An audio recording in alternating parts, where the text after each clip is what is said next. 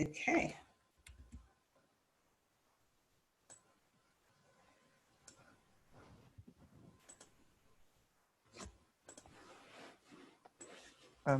Rashid, just to check with you, are you okay to use your video when we go live? You mean me? No, Rashid. Oh, okay. If she I'll can... need another 10 minutes if that's okay. No, that's okay. I'm just saying if you're. I'm just wanted to be checked. I am. I just said Good I'm stuff. trying to get it on my. I'm trying to get on my laptop, and Okay. yeah.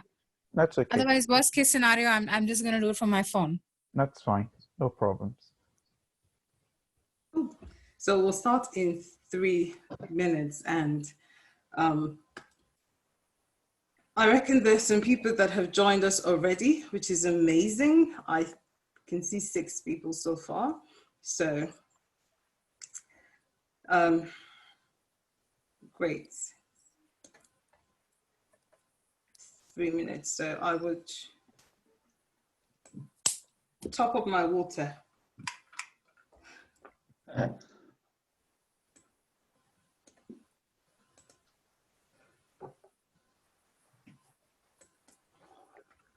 And be right back.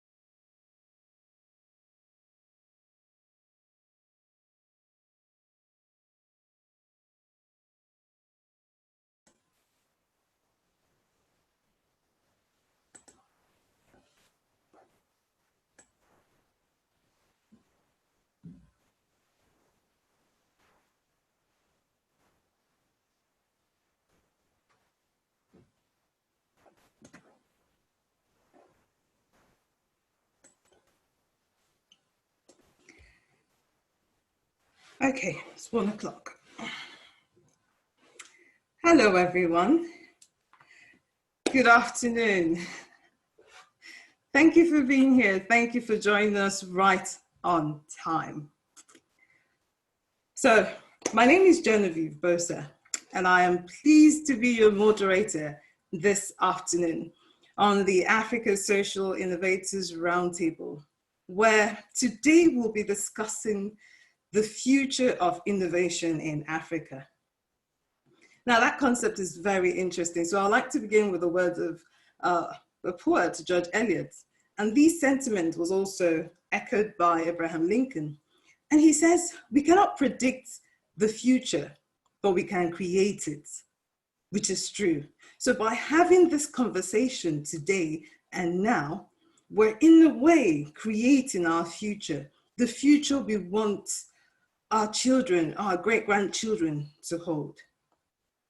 This is the second roundtable powered by Thrace Advisory and is a specialist firm in business consulting, advocacy, specially geared to social innovators. Now, as we start, I would hand over to Dr. Adeyinka to give us a brief overview. But before that, I would like to know where you're participating from. So as this is a roundtable, I'm curious to know, where are you from? So you can introduce yourself in the chat, tell us your name, what you do, where you're from. This is also an opportunity for people to connect with you and for you to connect with other people. You know, you can find someone doing something similar. It's an excellent platform for social innovators. So please tell us where you're from, what you do, and you know, why you decided to sign up for this. Already I can see we have some people from Ireland, Nigeria, the United Kingdom, Estonia. Okay, interesting. So please do tell us. I'd look forward to hearing from you. But at this time, I would hand over to Dr. Adeyinka Adewale to give us a brief overview of the Thrace Advisory and the vision for this roundtable. Hi, everyone. Good afternoon. Thanks very much, Genevieve, for that wonderful introduction, and greetings to all the other esteemed panelists who have joined us this afternoon to share their thoughts. Really a pleasure to meet you all. And to everyone who has joined in, thank you very much for joining in from whichever part of the world you're in. And I can see Seth has already identified this from Estonia. Well, just a quick thought to share in the light of Genevieve's question. So Thrace Advisory is a global consultancy outfit that I founded, and we fly on two wings. And the first wing, which is of course at the core of our identity, is to create social impact in addition to the economic impact which we also create.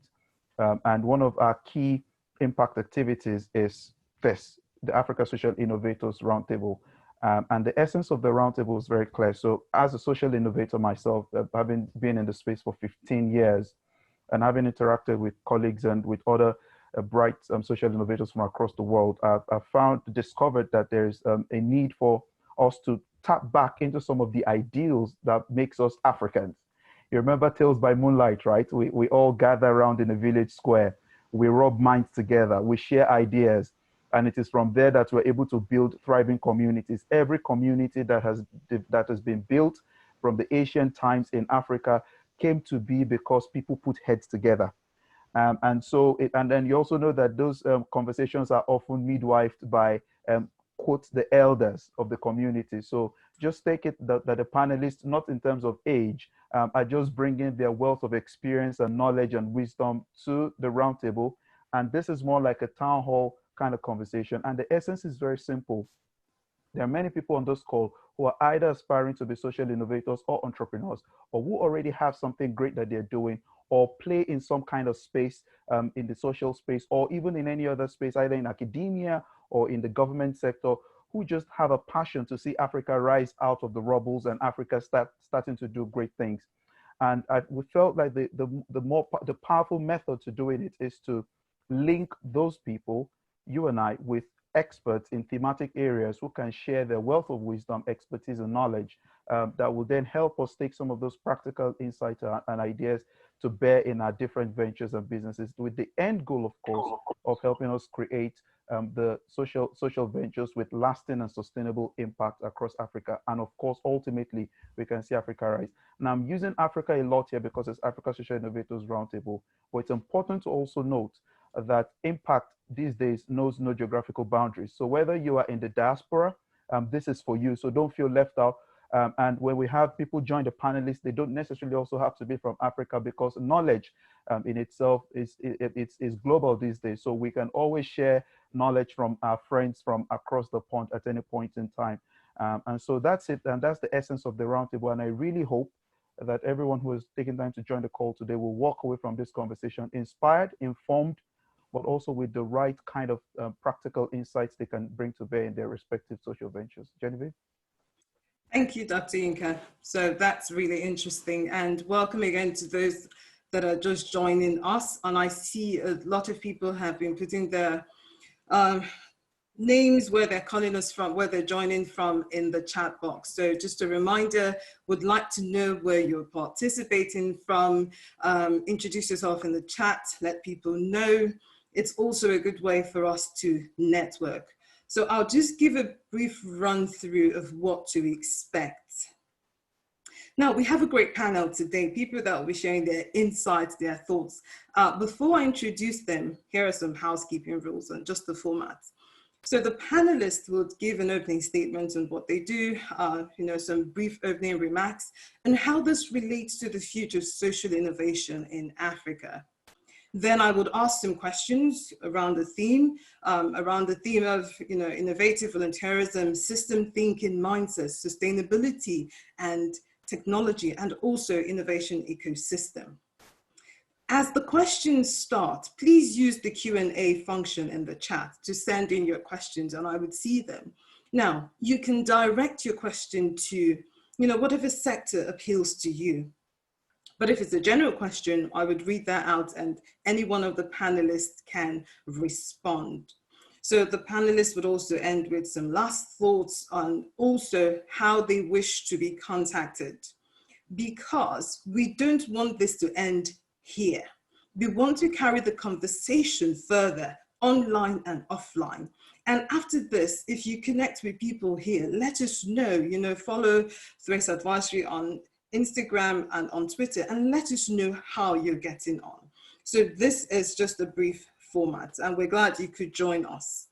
So today I'm pleased to welcome Dr. Richard Munang. Richard is the Regional Climate Coordinator, UN Environmental Programme. So he'll start us off with some brief opening remarks. Hello, Richard. Thank you very much, Genevieve, and to the audience and all the panelists. I'm Richard Munang, and I am the Africa Regional Climate Change Coordinator with the United Nations Environment Programme. And my role is pretty much to help governments put in place climate action policies to be able to climate proof, but more importantly, to also engage not just governments, but also the bulk of the African population, which is the non-state actors, and more importantly, the youth. Because climate change is sometimes pitched from a very classical scientific jargon perspective, but to make meaning to it and to make sure that it's not just a rule of government, but it's the rule of you and me, and especially the young people who are over 60% of the entire African population. I've been actually focusing and engaging with them and inspiring them to see themselves as climate action solution providers by retooling their skills and their talents to be able to leverage that to actually turn those climate challenges into opportunities.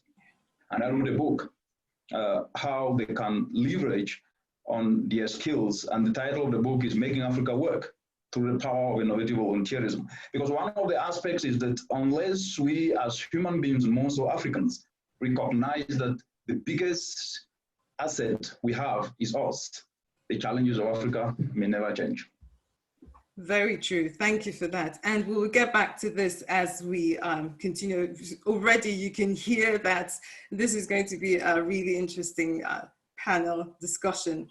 So we'll go to Rashi Sanek. She's a social innovator and community development expert. And if you remember what Adeyinka said, he talked about we need to learn from each other. So we're pleased to have her with us all the way from India.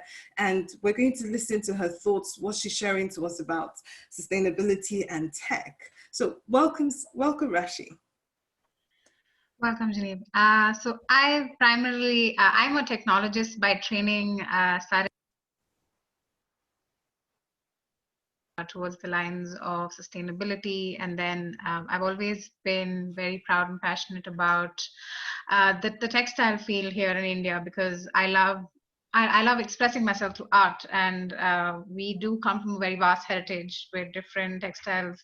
So I'm also interested in the internet governance space. So I like working on matters with sustainability and internet governance, and soon maybe I could actually use principles of the internet governance, given that we're living in such challenging times. We're all working remotely, and access to internet is now hopefully seen as a human right. So hopefully I'm able to converge the two in the future. Awesome. Thank you very much for that. Okay, so now we'll go to the southern part of Africa. And we have Nokwazi Nzobe. She's the founder and lead consultant of Matuyana. Welcome to the panel today. Thank you, Genevieve. So a bit about myself. I would say that I landed in the social innovation space by mistake. I know I was a typical corporati, did the whole MBA route, and I found myself volunteering for a women's program in South Africa that was about empowering women entrepreneurs. And basically I felt like I found my home. And that's how I started. That I started off by supporting female entrepreneurs. And from there, it broadened. It broadened to partnering with business schools, partnering with corporates, and partnering with incubators and accelerators to help arrange. So I think, we know about the inequality in South Africa. So the work I do is anything from working with a survivalist entrepreneur in an informal settlement, all the way to working with a business school that has a green entrepreneur program, that has an engineer who's creating some solar system. And so that's what I do. And so I see myself as a very impact focused person. All the work that I do really is about having an impact and about having a positive impact on youth, on women, and on this country and on this continent. And so for me, I think the really important thing is how we can start to gain a more broad and systemic thinking, because what I tend to find, especially working with social entrepreneurs or even entrepreneurs, is that people work in their silos and they're so focused on trying to solve their problem from their perspective. And as you work and coach them, what they don't realize is that, oh, I didn't think about this person, and that what I did here actually impacts this. And what we tend to find is that you meet somebody 5-6 months in and they spend so much money, and then you have to take them all the way back to restart. And so for me, that's why systems thinking is so important. Interesting. I like the way you said I landed here, and I'm sure that might be some of the experience for a couple of us. Some of us, the path might have been spread out for you, but yes, if you landed here on this roundtable, well, welcome. We're glad to have you. Do stay put. We'll have some more conversations. I'd like to introduce Dr. Yinka Adewale. Please give us your opening remarks.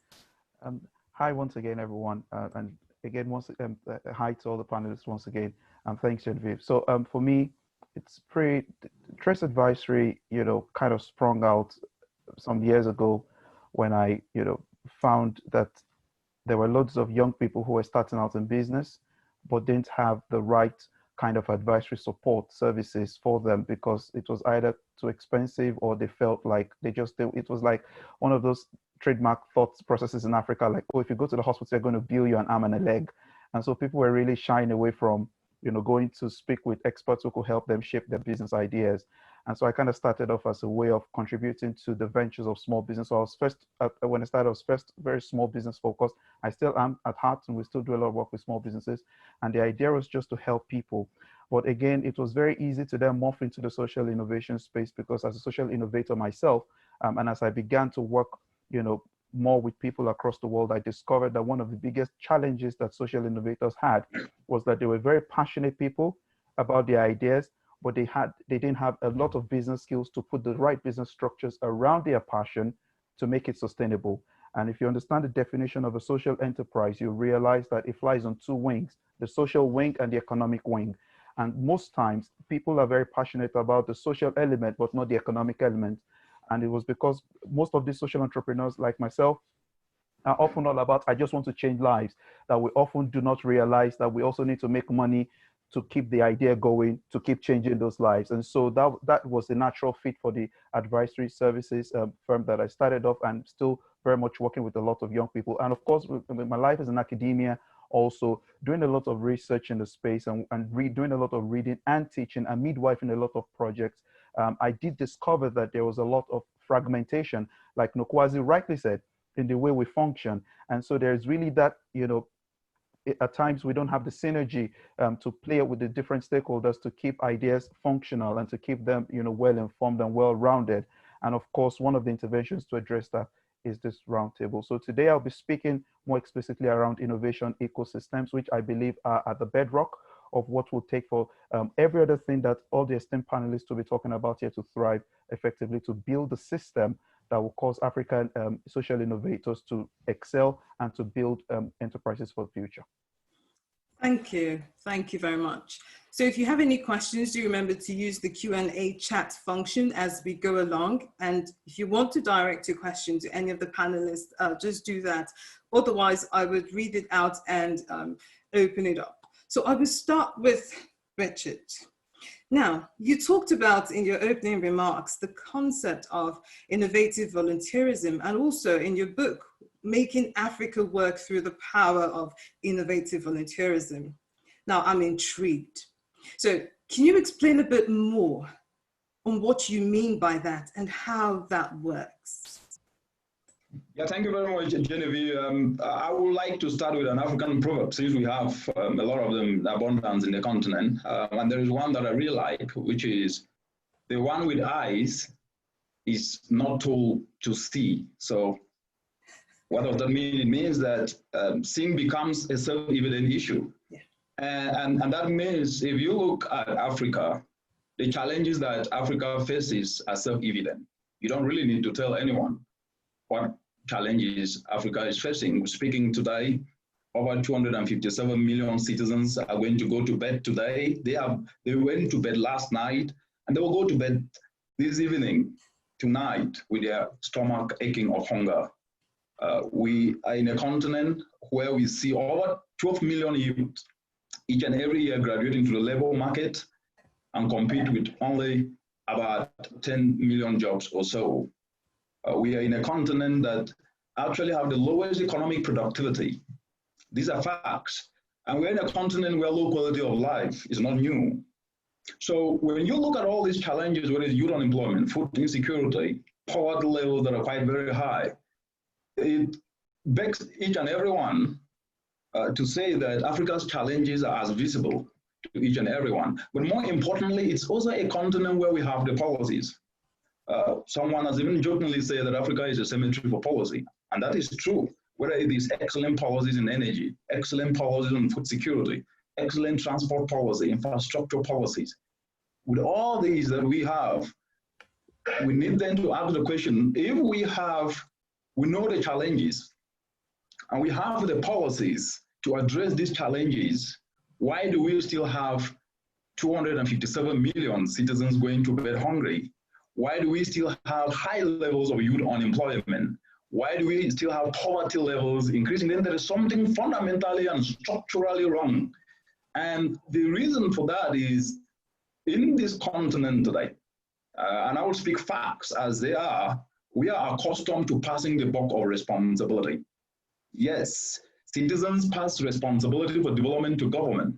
Yes, government pass the buck of responsibility, the buck of responsibility to development partner. Yes, and as a result, the challenges remain unsolved.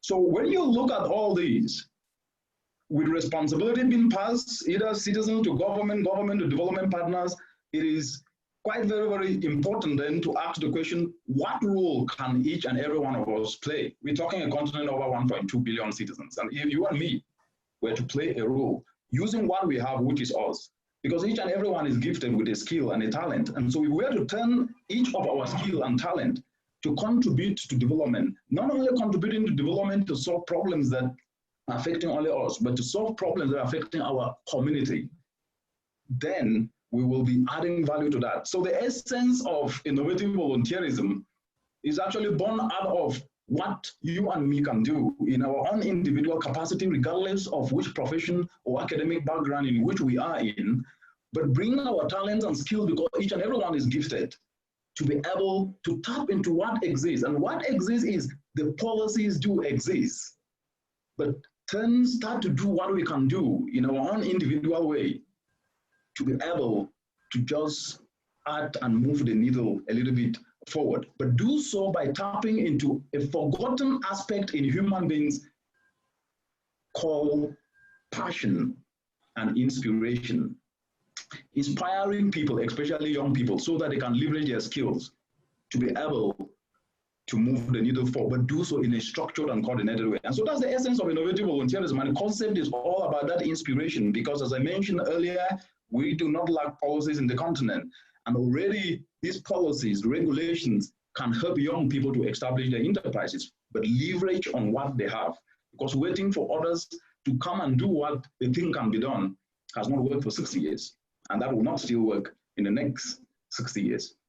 Okay, that's actually really interesting. And I enjoyed what you said, but I wanted to follow up with, so in a continent where, yes, we have a lot of resources, but we're also plagued by hunger, insecurity, famine, you know, there are lots of issues. How would a young person or how would a startup leverage the concept of volunteerism to make profits? Because in a way it feels like, okay, so how is that going to work? How would that give someone a competitive advantage?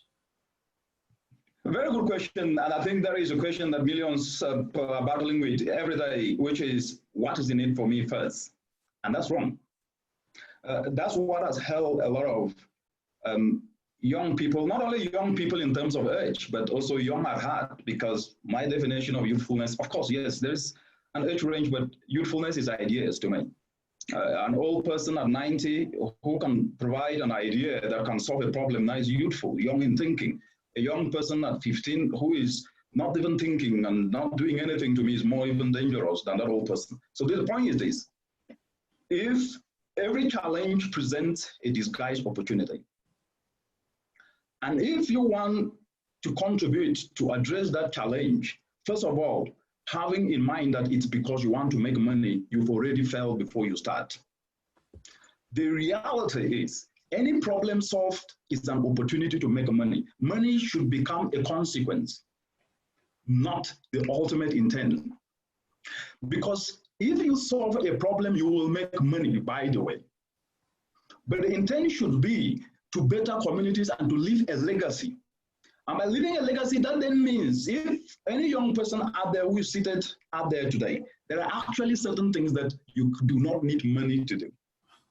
For example, your biggest ability is your availability. This discussion here today was actually put out there by Dr.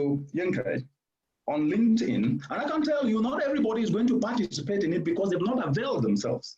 That's an opportunity to learn. And that's already a starting place. So the point is, for those young people out there who do not have money because they actually believe that without money they cannot start, what you have, which is the biggest resource, is yourself. Which then means, look at what you can do. If you look at waste, it is being littered everywhere. Do you know that that waste is well? Look at where you can be trained. And go online and register and become an innovative volunteerism actor. We will guide you and you will become not just a billionaire, but you also become a solution provider. So the underlying point is avail yourself. And that becomes your biggest ability. But we are accustomed to this narrative in the continent of complaining and blaming others for our problems, when the first person to blame is actually ourselves. Okay, so you mentioned a link. We'll put that in the box for people that are interested, and we'll also talk about that towards the end. But I find that really fascinating, because when you start out thinking about what's in it for me, then that's usually a problem. Now, I would go to Nokwazi and say, following on from what Richard has said, what do you think social innovators are not aware of when they start out in business? Besides, the money, availability, what else are sort of be blindsided by? So, I think for me, what social innovators aren't aware of is that it starts with them. So I know that Richard touched on that, but I think for me, it's about your mindset and your personal mastery. Because, tackling social problems is draining. You give a lot of yourself, and the returns are not, and especially the economic returns are not as quick, right, as when you would venture into a pure for-profit business. And so for me, these are the things that they're not aware of, you know, and it's not just social innovators. I think it's business people as a whole, that it starts with them first. And so I'd say that's the first one. And then the second one is that they're coming in to operate a business. So as much as they want to provide sanitary pads for young girls, or you know, provide you know, creches in you know, low-income communities, right? They still need to run businesses. So they need to understand, they need to be financially literate. Just the number of people I meet who can't read an income statement, who don't even have an app to a very simple you know, accounting system to be able to track how much money comes in and out. You know, and then down the line, they'll say to you, I can't get money, I can't get a grant. And then you say, okay, show us how much you've invested, show us how much you've spent. And they can't, because they haven't tracked it. So they don't have the business skills, they don't have the business tools. And I think there's even one more thing, is that they also come in and they don't understand that as a social innovator, you have to be measuring impact from the word go. So if I'm going to be accessing impact funding down the line, I need to be able to talk about my social return on investments, right? At the same time as talking about the financial side of ROI. And so you find a lot of people who are doing great work, but they haven't been tracking the impact. And when you ask them, show us the evidence, they're like, but how and why? And so for me, you know, these are the, you know, just a few things that I've mentioned here. I think the other one is that people do business with people. So the importance of networking. But the one thing that I want to talk about is that it's the misconception, especially I see here in South Africa, because we have such a huge inequality. And you'll normally find, you know, our youth from our more, I would say, impoverished communities would think that in order for me to build a network, I need to, you know, build a network from somebody from that rich community. I need to meet a Richard Branson, I need to meet whoever. Whereas what they don't realize is the power in their peers and in the community that they live in and in the network that they're in every day. And that there's somebody there whose sister works in government, whose brother is an accountant at PwC, you know, they aren't able to leverage that. So I think that's the other thing, is that realizing that business is about networks. And the last one is about how to make money, the business model. Like, you've got to be able to think through your business model on how you're actually going to get in the money. So yeah, I've said a couple of things, but yes. really those are the, yeah. Really interesting. Return on investment, you know, the ignorance, the need to be properly educated. So how does this work with systems thinking? How does this tie into systems thinking? Because as a social innovator, I'm intrigued. What is systems thinking? What am I missing? So I've noted some of the points you made, but what am I missing about systems thinking mindsets? So I think for me, look, you know, if we can, I'll start off more with a layperson's definition of systems thinking, is that everything is interconnected, right? We just have to look at the current times, look at COVID, right? And let me bring it to South Africa. Like, you know, the first people who brought it in were people who traveled from Europe to South Africa. And then those people tend to be from the higher income brackets. And who works there? It's the poorer people come from our impoverished communities. They're cleaning up. And they've taken this and they've taken it into their public systems and spread it into their community. And that's how it's really spread in South Africa. So when you look at it, everything is interconnected. So we can't sit here and think that a problem that's in my community is not going to affect that person in the other community. Or what we tend to see in South Africa is that, oh, people across that highway are very poor, all I need is just to have a bit of security and live in my nice house, and I'm fine. But the reality is that if people are hungry, they're going to look for a way to make money. And that's going to impact you through crime or through anything else. And so for me, you know, when I think of systems thinking, and even for a social entrepreneur, is for them to realize that it's broader than what you're seeing. You've got to understand the bigger system of inequality in this country and the economics of it and how it works. So the things that you don't see are some of the things that are stopping you from moving forward. And an example I love to use is that this is not so much the social entrepreneurs I work with, it's more the for-profit focused ones. They love to make products. And the first thing they'll say is that, Nkwazi, I want to get into one of the big retail chains. And what they don't understand is that to get into those big retail chains, you've got to have the networks, you've got to understand the buyers, you've got to understand how the system works. It's all interconnected. And so if you don't understand that, you're not building models for success.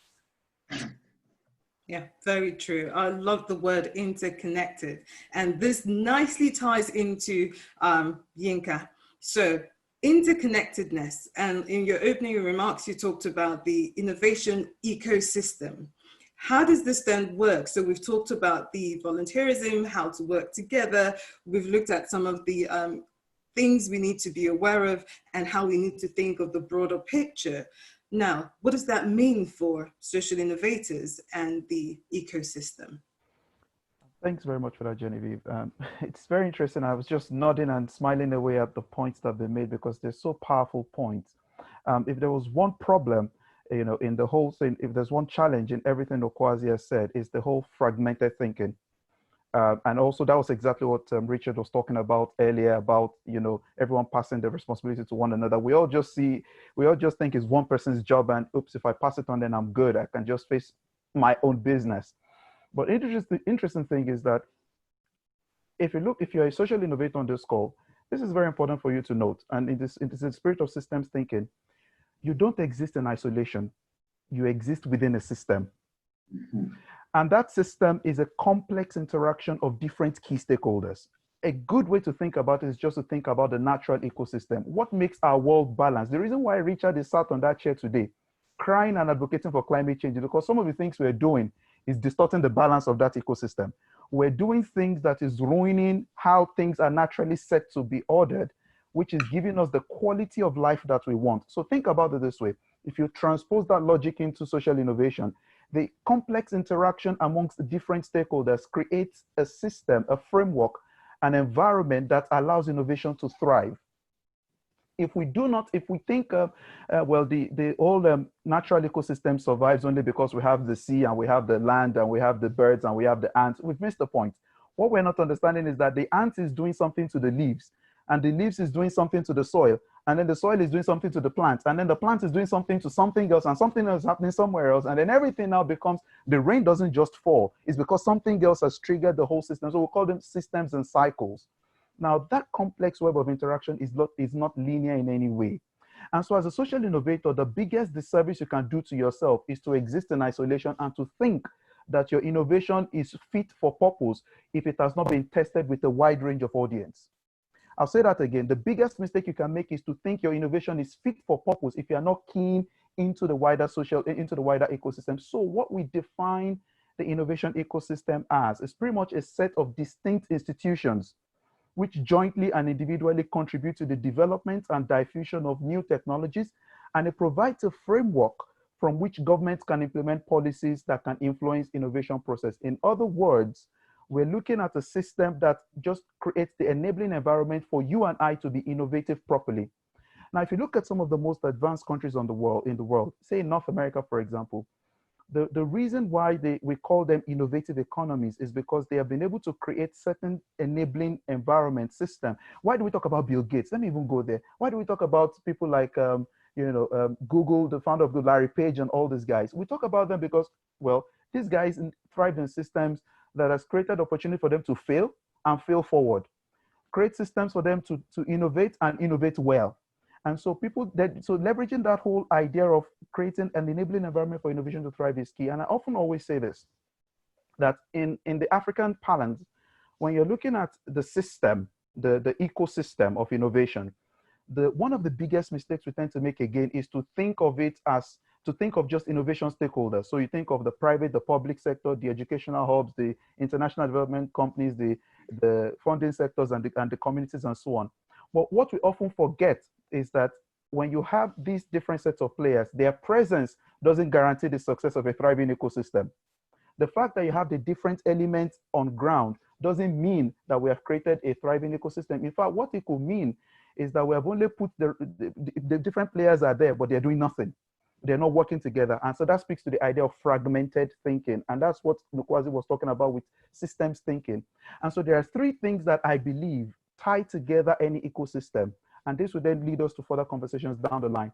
If you want to think about how innovation ecosystems function, apart from the nuances of leadership, which we're going to come to at some point, hopefully down the line, there are three things that make the whole thing work: policy and regulatory environment. All these guys are working together, but there's need for policy and regulatory environment that can make them work together, first of all, and the same thing of they influencing policy and regulatory environment that makes the reason, the objective of their existence, which is to foster innovation, thrive. So you can see it as a two-way flow to policy and regulatory environment. First is the policy and regulatory environment that allows all of us work together well. And in that space, I can speak to the idea of trust, for example. In some of the research we're doing now, we're looking at the issue of trust among key stakeholders. I won't go into that now. The second thing, of course, is to look at elements of digital infrastructure. That's a key thing, particularly in this age. You cannot talk about an ecosystem if you don't talk about digital infrastructure. And the powerful thing we're noticing is that digital infrastructure is now making collaboration even easier, more possible. So back in the day, the old era, the innovation ecosystem thrived on people just sitting in their silos and passing telegrams and all of that. But right now we can have real-time collaboration. I was doing some work with fashion entrepreneurs just a few weeks ago. It will impress you to note that the fusion of technology into fashion has taken a whole new turn. So someone like Rashi will be able to understand what I'm talking about. Rashi, there are guys who are now creating systems where you have real-time, fashion designers who are having their customers on the other end of the line and are drawing creating the draft pattern of the clothes and actually telling them how to fit and how to move things around. So co-creation in real time, changing the way we collaborate together. And on that same call, you have the person who is picking the fabric, you have the person who is going to do the stitching, you have the person who is going to do the design on the clothes, and everybody is chipping in at the same time so that at the end of a 1-hour conversation, you have a solid product.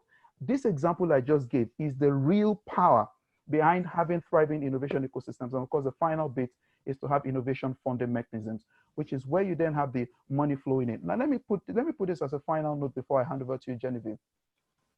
Africa's problem is not funding. And before you shoot me down, let me say this to you. I was speaking with a high-level EU official recently, and he told me something. He said, whenever you have the opportunity to speak to your African brothers, tell them this, and sisters, tell them this. There is pots of money sitting in different parts of the world looking for the right place to go.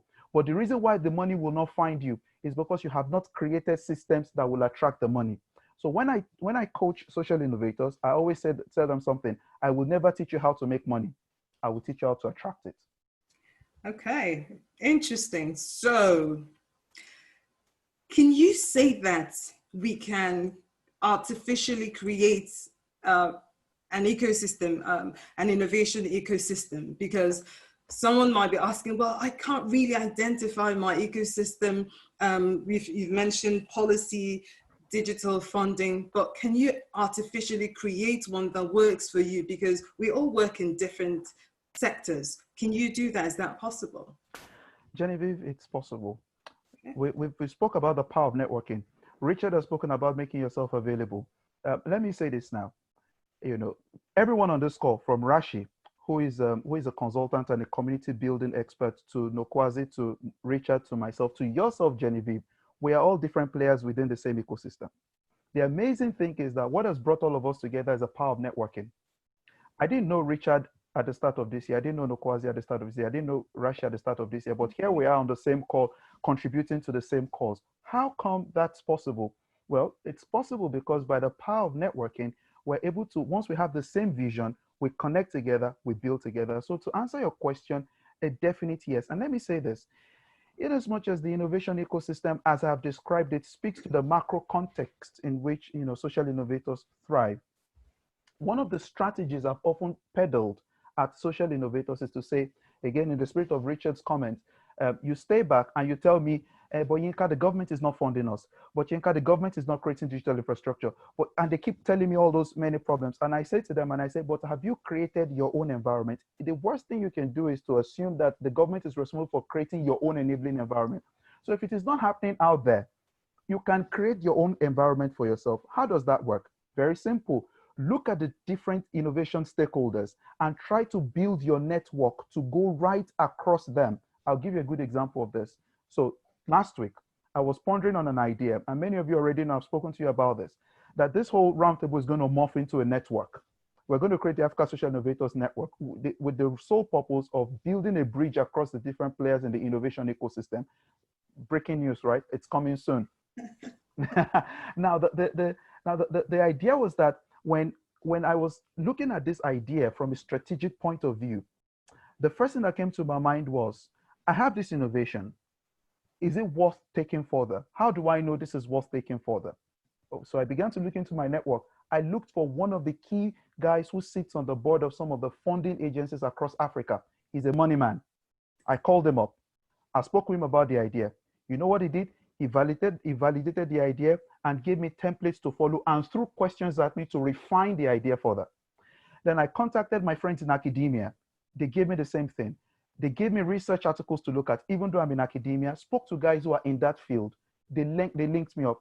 I called the government agency with a friend in there, spoke to him about what they're doing. Before you know it, what I'd done was that the same idea, I was able to go around, create an artificial innovation ecosystem. And you know what the amazing thing they all did for me?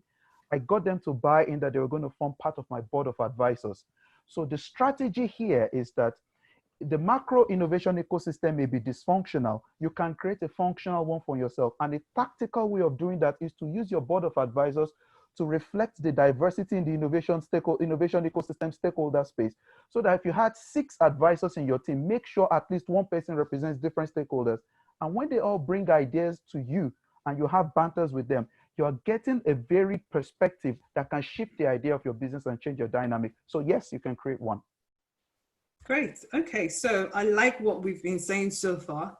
Now I'm concerned. What is the role of sustainability in this? And we'll go to Rashi. What is the role of sustainability? How can we sustain this?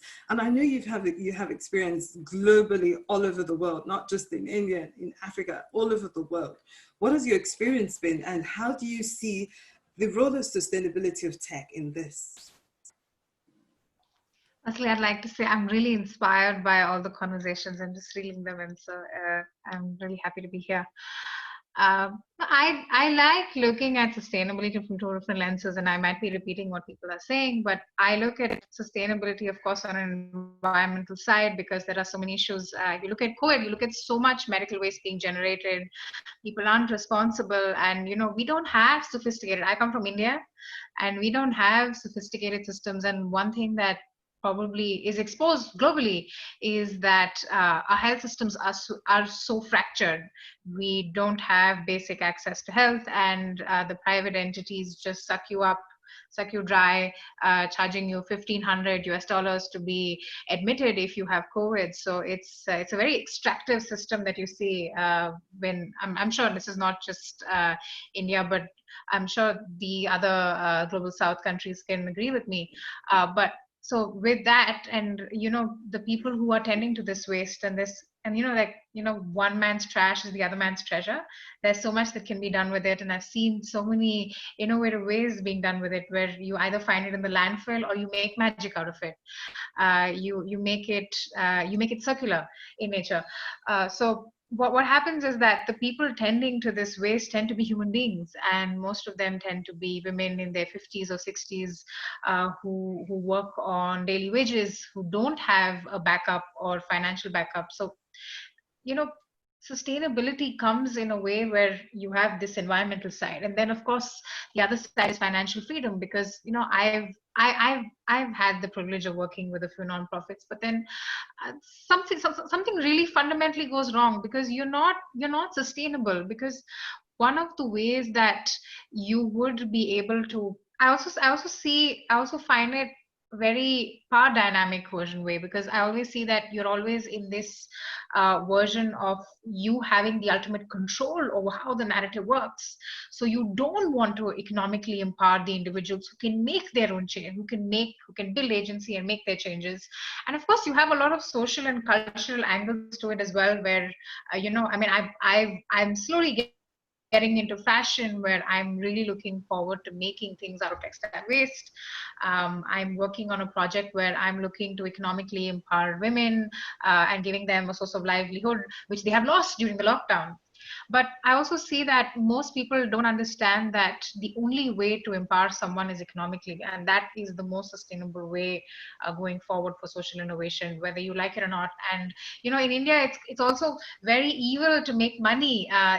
It's not. I mean, talking about transactions, talking about the way things go, it's still seen. I mean, I'm sure my generation is a lot more forward thinking, but then I look at my parents, and then talking about money is still seen as very shallow.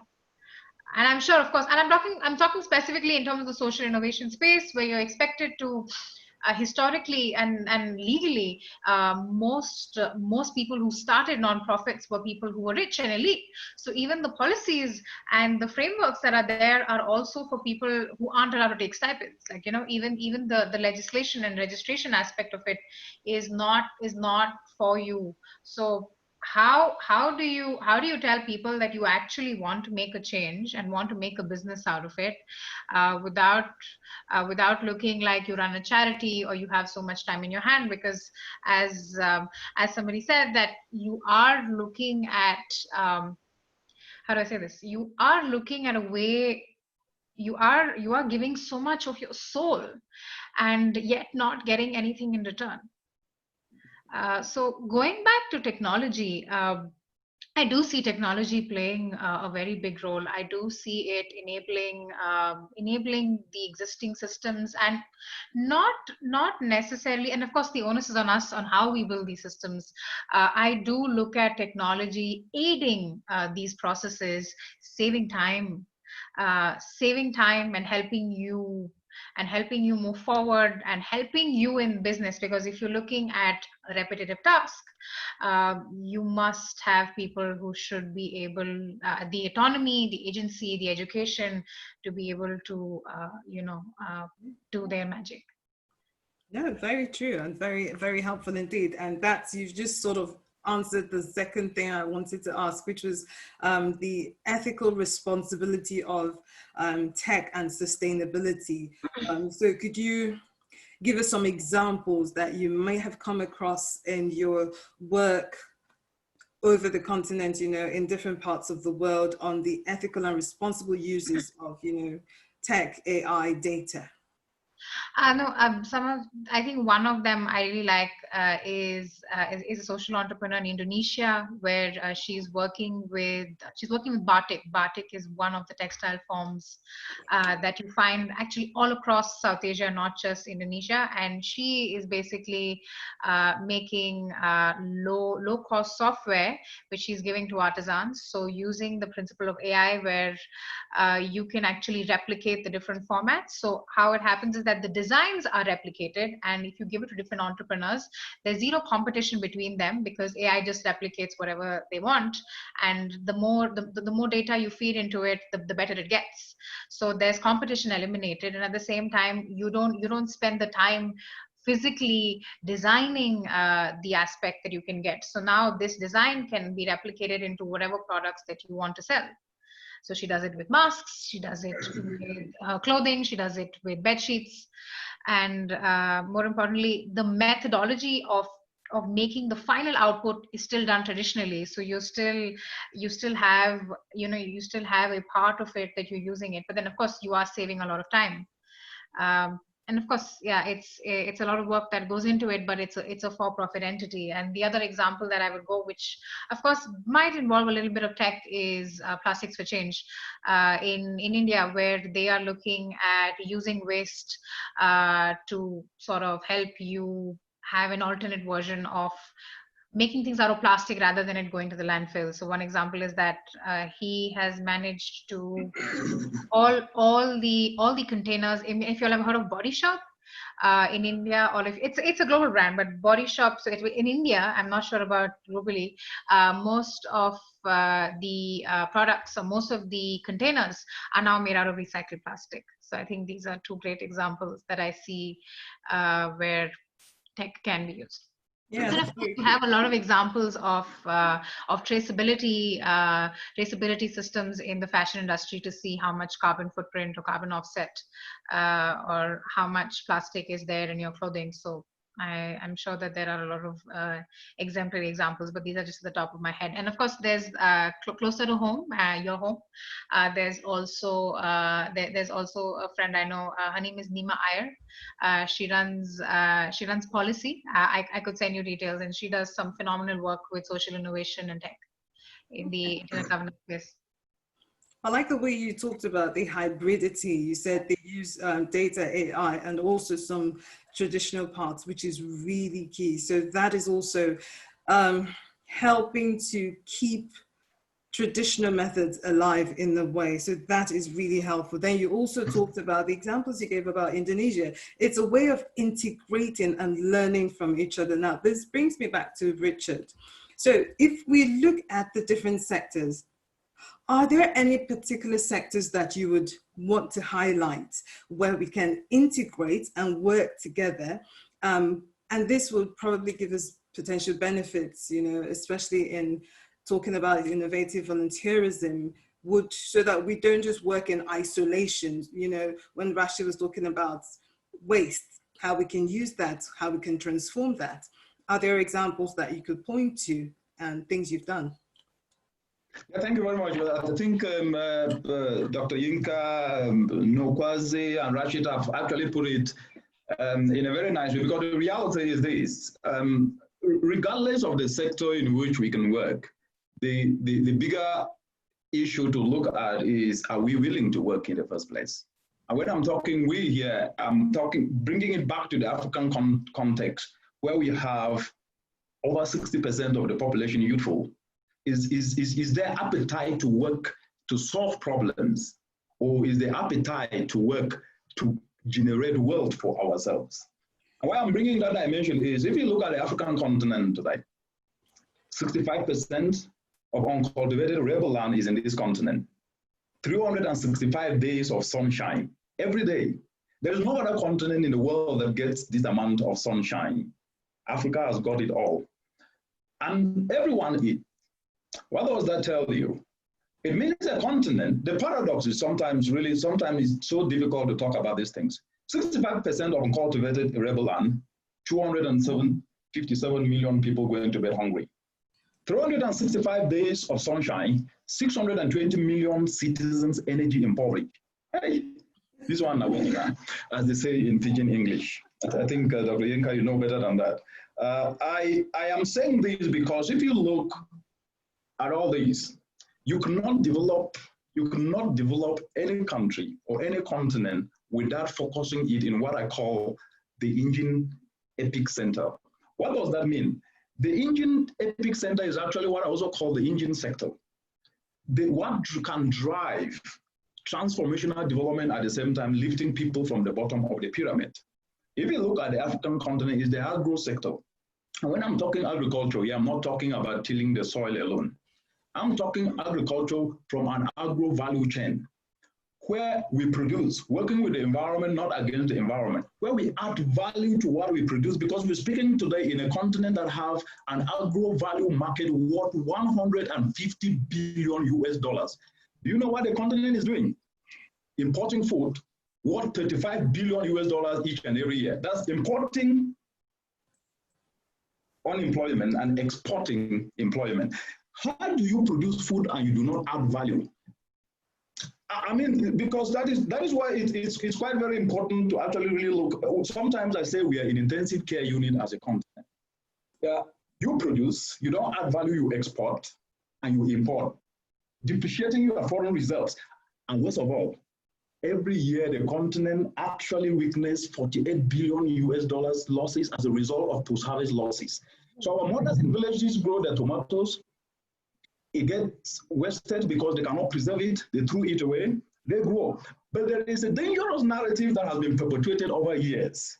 And that is why I think we need to also develop counter narratives as we drive these social innovations and entrepreneurship. In that, the fact that we are being ascribed, we continuously ascribe to these sorry narratives. I call them sorry narratives.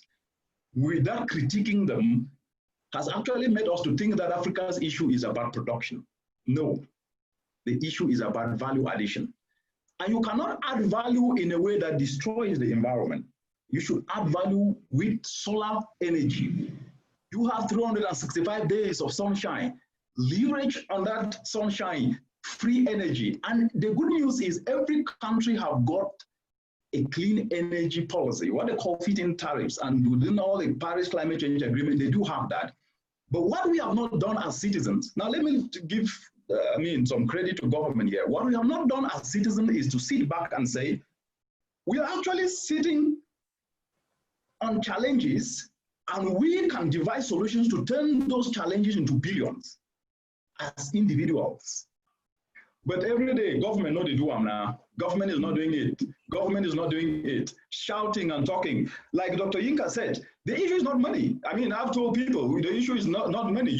Africa is actually the richest continent on earth. No, forget the minerals underneath. If you can import food, 35 billion every year, plus 48 billion, which is being lost every year as a result of post-harvest losses, you are talking 83 billion, just in one sector. So, if you are to reverse just post-harvest losses, you'll be pocketing 48 billion in your pocket. But you cannot do it alone. You must then be able to partner with others, because if you don't partner, you think that you can do it alone, you will fail. And I really like the aspect of isolation as was articulated by all the panelists. There is this selfishness that has involved a lot of people, which is not our problem as the generation of today. It was created since independence, even before independence, and we cannot ignore it in the context of this social and innovation discussion, because if we cannot develop selfless attitude to partner, to share ideas, because your strengths and uniqueness is different from mine. And by coming together and bringing our skills and talent, we can tap into reversing that 48 billion US dollars as a result of post-harvest losses and inspire young people to develop solutions like simple solar dryers that youth are already developing, leveraging on the spirit of innovative volunteerism today is helping mothers reverse the losses, whether it is cassava, from their tomatoes, from their vegetables. And that is not only helping change lives, but at the same time putting money in the mother's pocket, because you can then dry her vegetables and sell it when she wants it. And the youth developing those simple solar dryers using local material, putting money in their pocket. So what is the point?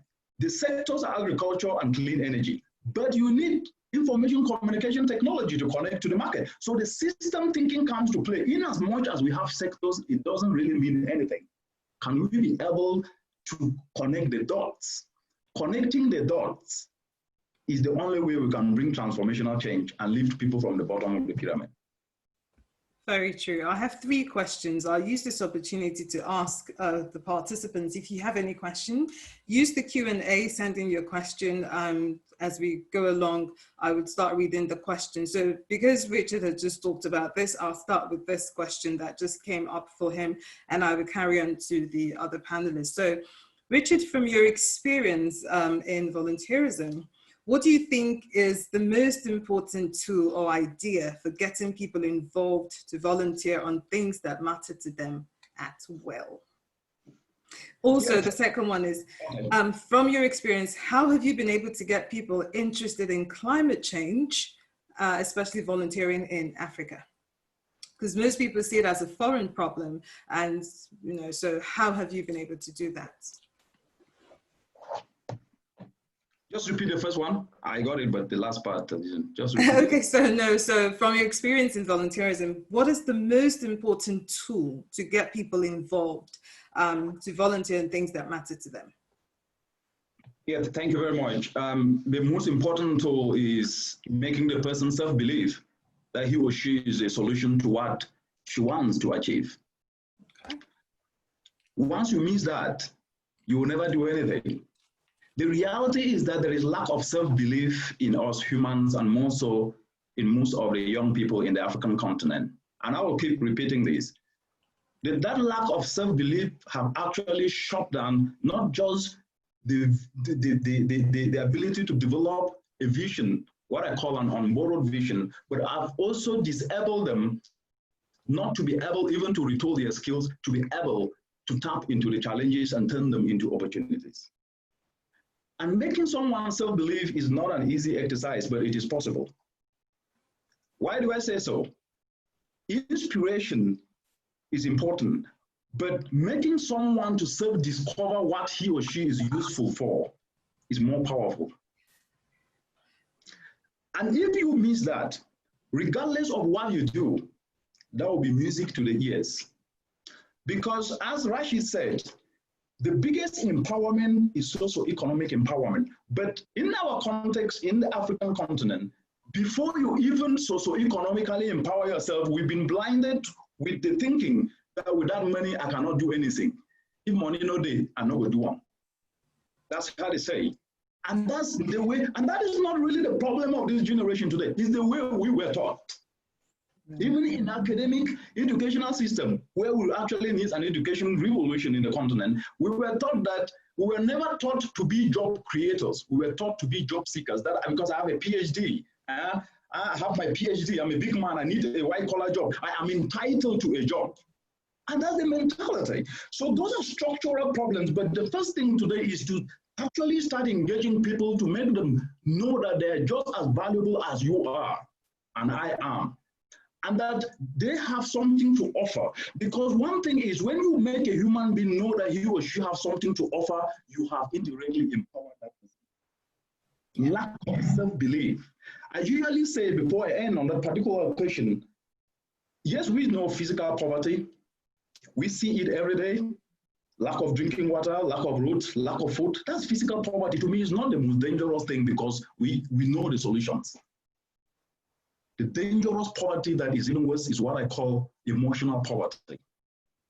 And emotional poverty is more dangerous because when you cannot self-believe, you cannot even go out there to start to produce the solutions and innovate solutions that can turn challenges into opportunity. And that's where we are. So inspiring someone and helping the person discover his purpose of why he exists, which the purpose of life is to be useful, then automatically that person starts to engage himself. And that is what I've actually noticed with innovative volunteerism. It's not like traditional volunteerism. It's turning challenges to opportunities that benefit you and also benefit society. But you do it because you are passionate about it.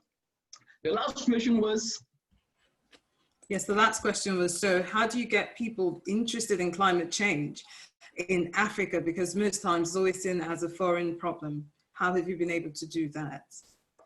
Very excellent question. And I think answering that question, I'll go back to what I said earlier. And I said this without any fear of contradiction. And I speak on my own behalf as Richard Monang, a citizen of this part of the world, which is this. The climate change narrative is always choreographed sometimes from an apathy and a sorry state perspective. That's true. But most of the time, it's not being choreographed from the dimension of investment opportunities dimension. And as a result of that, we tend as a region, we voluntarily ascribe to such decisions and narratives without interrogating, as I said, and we have not come up with defeating counter narratives. So a typical example, before I answer that question, a typical example is the narrative that without money, we cannot do anything, especially when it comes to climate change, which is already visible today, showing through droughts and floods and cyclones, and we see that. And that narrative is presented as an issue that is only government, is a responsibility of government, is a responsibility of donors. So if donors don't give money, then we cannot fix it.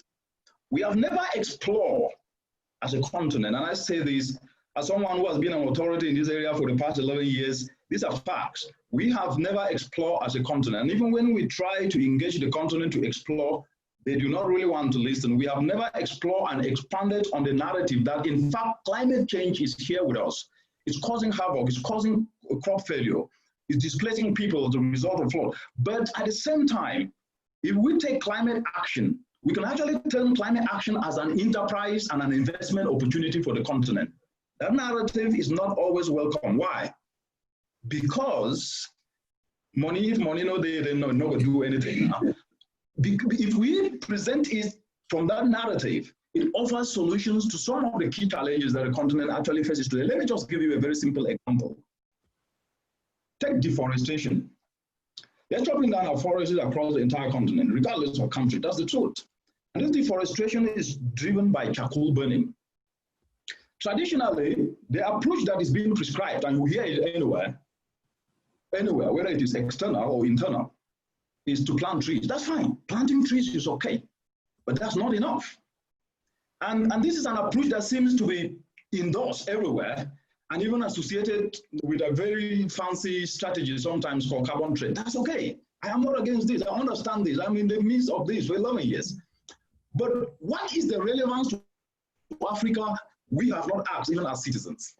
And we have not also asked the question, how many enterprises, opportunities can then this generate by planting trees?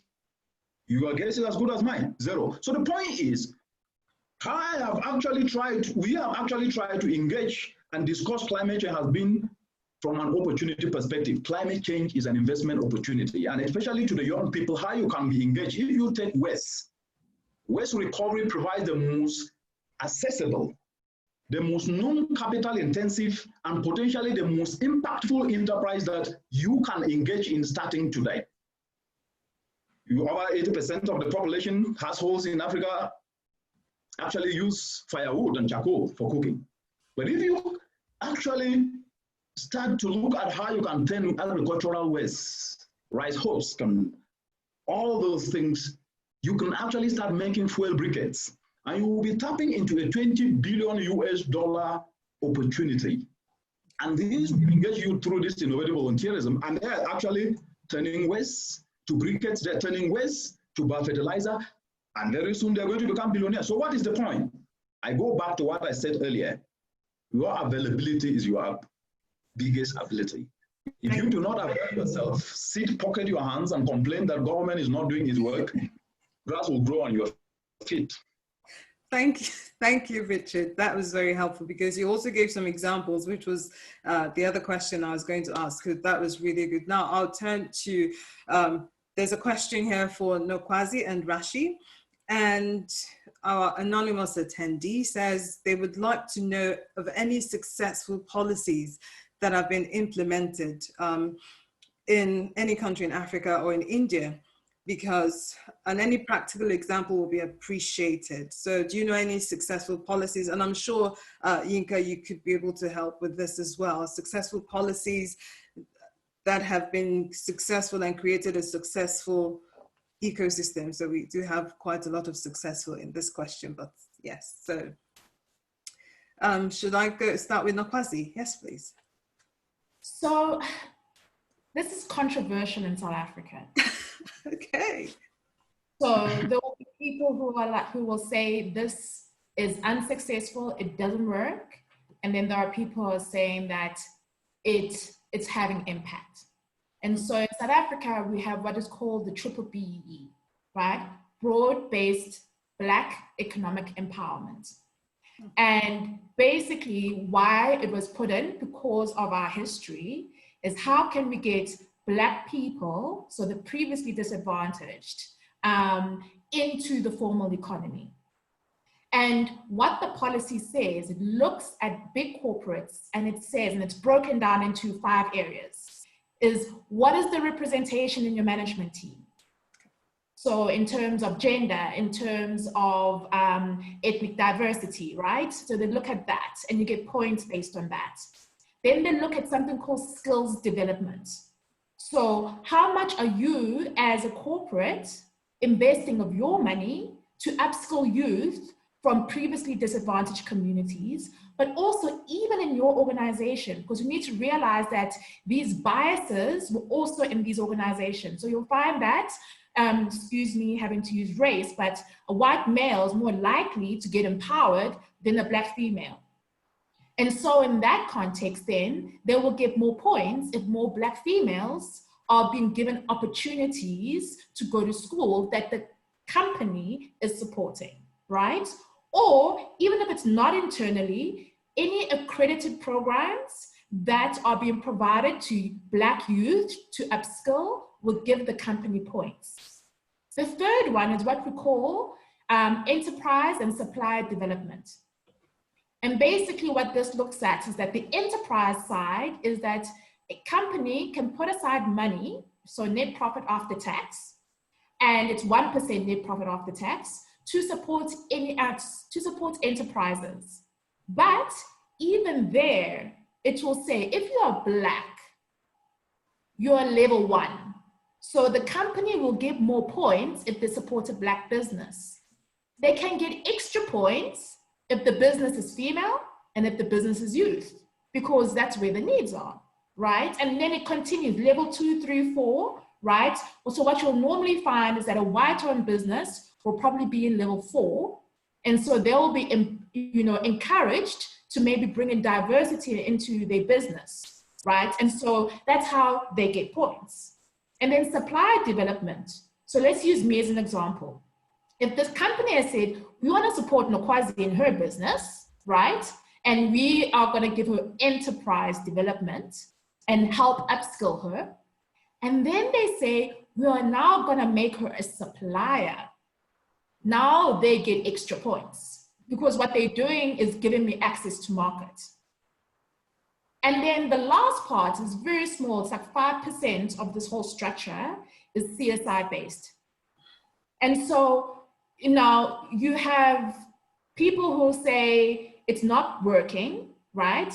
And there are certain levels of it, right? Because I think people will always look for gaps in policies and find ways to make it work for their own advantage or for the wrong reasons. But there are a number of black businesses and black females and youth businesses that I see and have seen that have benefited from this. I'll use, a friend of mine owns a brand called Afro Botanics. She started it in a rural province called Mpumalanga. She then moved to Gauteng because the policy was being best implemented here, and a lot of the big retailers are based over here. She attended all these enterprise development programs and so forth, eventually got into a supply development program into one of the biggest retailers in the country.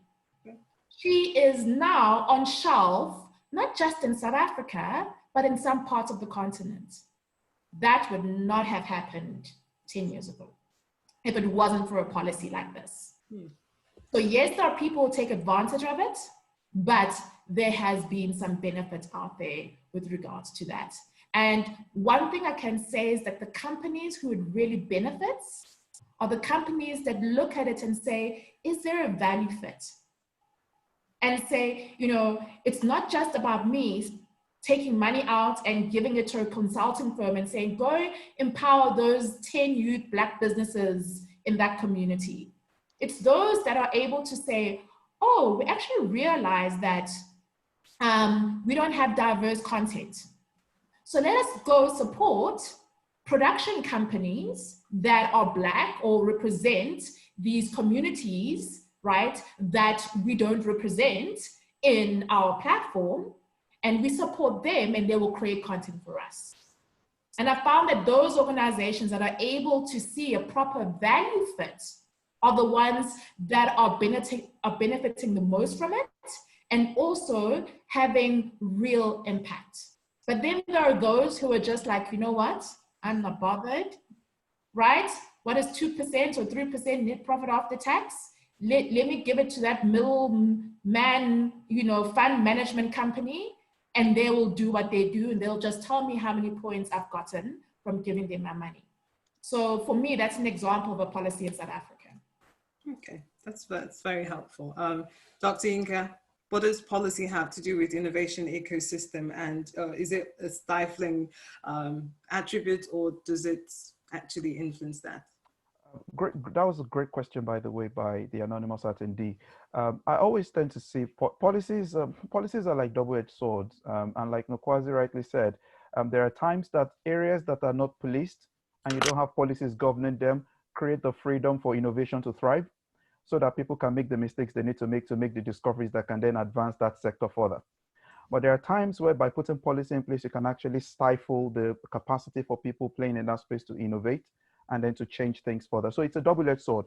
But the hope here is that policy still has a huge role to play. In my earlier introduction remarks, I will say very clearly that one type of policy, for instance, that could really shape things is policies that enable the interactive stakeholder communications. In practical terms, in Nigeria, for example, when I think it was Obasanjo that allowed for the GSM system of telecommunication to come in, that became a game changer for the entire country in the way we communicated and in the way we interacted. I will never forget the first time I held one in my hands and I just realized all of a sudden the world was at my fingertips. That's an example of a successful policy that made something happen and transformed the ecosystem overnight. Did you know that it was as a result of that kind of policy that then we started having a lot of tech revolutions and the waves of tech revolution starting off and beginning to change things and the way we do things in Africa.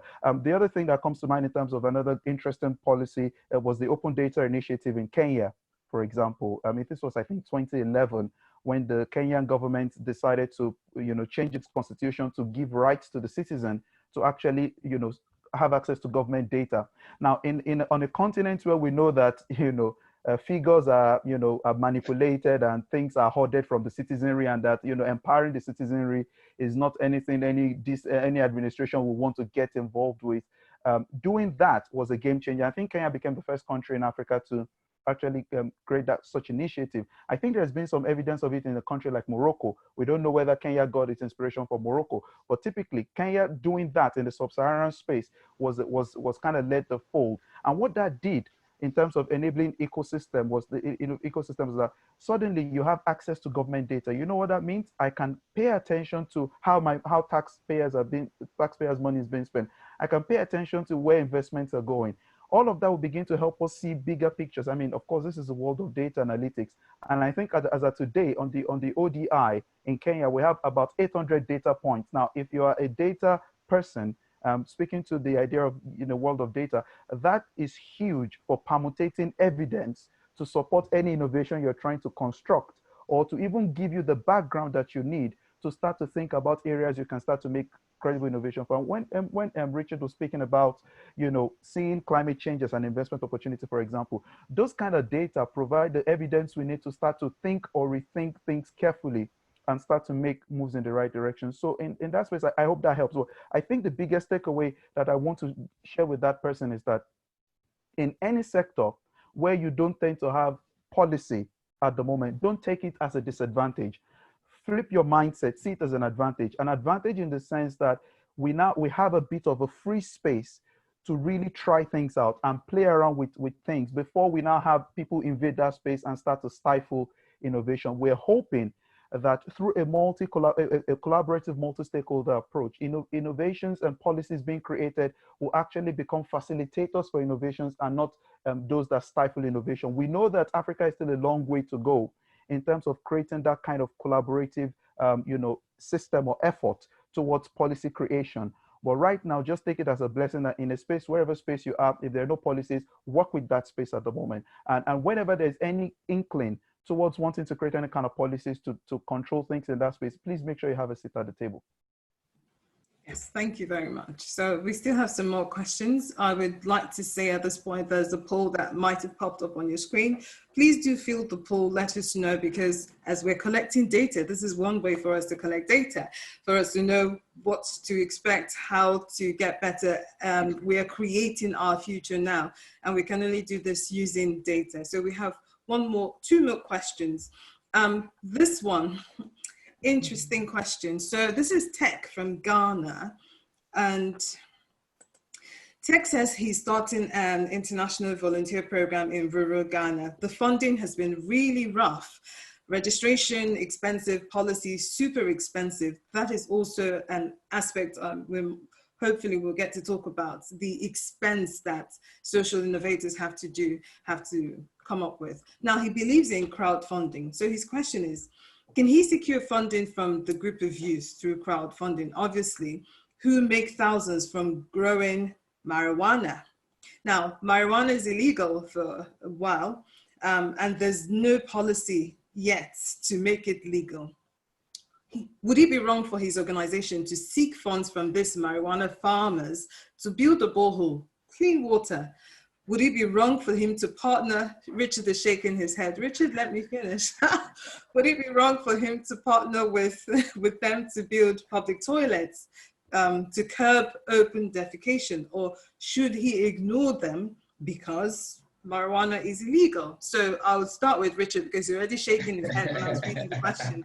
And I'll open it up to the other panelists. And also I would love to hear, because I love that we have Rashi on the call. She brings to us, like a broader perspective, and that is also really helpful. So Richard, why did you disagree? Yes. Yeah, thank you very much, Genevieve, and thanks to the guy from Ghana who has asked that question. Well, I didn't disagree and I didn't agree. So I need to interrogate it. Let's interrogate and diagnose before we come to a conclusion. This is my take to every youth in the continent and everybody. We are tempted most of the time to think that we need funding some elsewhere before we can do something. I mean, that is generally the apathy across the entire spectrum in the continent. And I've always talked about this, and I will say it here again, and this is my fervent belief. Both from my experiences, from where I come from, how I grew up, and today. We have ignored simple approaches on how to leverage resources to solve problems in our communities. I am in no way saying that you should not go to write proposals to look for external funding. No, that's not what I am saying. And I want to put that on record so that I am not misquoted. This is what I am saying. You can only work with what you have. And what you have is to look at the communal cooperatives. When we were growing up, my mother in our village will come together with some few women to contribute little money, put it in what they call njangi. In East Africa here, they call it chamas and the circles. And they will use that little money to buy us books, to even contribute little money to buy a bench in church. These concepts of cooperatives have been ignored today. And anytime I talk about this, most of them say, that is not what we want. We want big money now. Look, if we do not go back to look at how we can leverage on communal cooperative spirit, where social capital is even the most trusted aspect, where your little money can actually help you to be able to leverage more money to start to do things. If you only think that you can go to starting big before you ever even start small, the route ahead might be very difficult for whoever is doing that. So my point is this: we need innovative thinking when it comes to finance, and hence innovative financing. Leveraging on the cooperative spirit is what we've actually championed through the spirit of innovative volunteerism, and it is working in Uganda. There's what is called village lending. Village lending is an opportunity where young people are coming together and registering in local cooperatives. And that not only help you to assess funding, but it also helps to ensure accountability and traceability. And I will ask this question, and I've said this so many times. Do you think if 10 trillion US dollars came to this continent today, Africa's challenges will be solved? And if everybody was giving 100 billion US dollars, you think Africa's challenges will be solved? Forget that. It will never be solved. Why? Can we even trace what is happening in the continent? So using these structures, these communal structures, especially of cooperatives, we can be able to trace who is doing what, where are they taking money even to. You will build social capital. And because you will build social capital, you can then be able to even ensure that what you do, you are not doing it alone. And so the aspect of selfishness will start to disappear, which is a problem in the continent. the aspect of collectivism and working together will start to be nurtured, which is actually the kind of spirit we need. So I will urge the young man or young lady, I don't know whether it was a lady or a guy, forgive me, to go to your local community, sit with your friends and join a cooperative. Don't tell me there's no cooperative. And if there's none, start one with yourself. You don't need to build a structure to start a cooperative. And I'm happy to further give more information on this. But it is working in Uganda. It is working in Cameroon. We are working with youth in Nigeria to set up some. We are working in Ghana. And if we do not do that, I can tell you this from what I have seen, without any fear of contradiction. You cannot live on borrowed soil forever. Thank you very much. That's very helpful. And I wanted to know if we had any other contributions from the other panelists. Yes, Rashi, thank you. Actually, one suggestion would also be to, I mean, since you're talking about volunteer groups and youth groups, there are a lot of international communities that you should take your project to. I think there are a lot of advantages to it where you can actually leverage, as Dr. Richard said, the social capital of communities and the bonding. So I'm very privileged to be a part of the TED community as a TEDx organizer for the last 7 years, where we are now like family. We really bond together on an emotional level and also on a professional level, where and especially during these COVID times, I really realized that I can reach out to them and talk to them about what I'm going through with challenges that are there at hand and how to solve it, get a different perspective. And I'm sure you'll also find examples. The other one that I'm also a part of is the Global Shapers community from the World Economic Forum. I mean, these are really big brands that you can use to kind of leverage your project and talk about it in a certain way. And you have such amazing mentors here in the African ecosystem who can help you frame the language that you need to in order for your project to scale at a different level. I mean, these are two, of course. Then there's also, I'm also recently inducted as a young leader with Women Deliver, where we talk about gender equality and climate change, and of course, sexual and reproductive rights. So, I mean, there are so many international communities, and also the other aspect of finances, where, there are so many scholarships. There are so many scholarships that are very particular, that define and pinpoint to say that we are looking for people from the African ecosystem. And I'm sure if you dig deep and deep dive more, I'm sure you would find 10 to 15 other communities which you can use to take your volunteerism to the next level without any initial capital put into your business.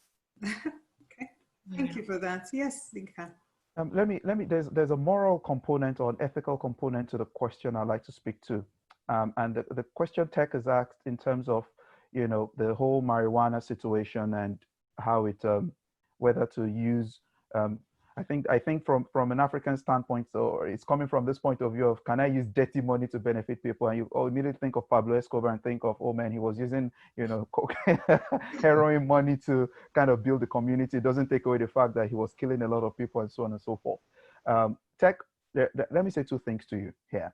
First of all is, what's your own moral standpoint in all of this? Because as an entrepreneur, that matters a lot. Your own moral standpoint as an individual. But before I move away from that point, let me also say this.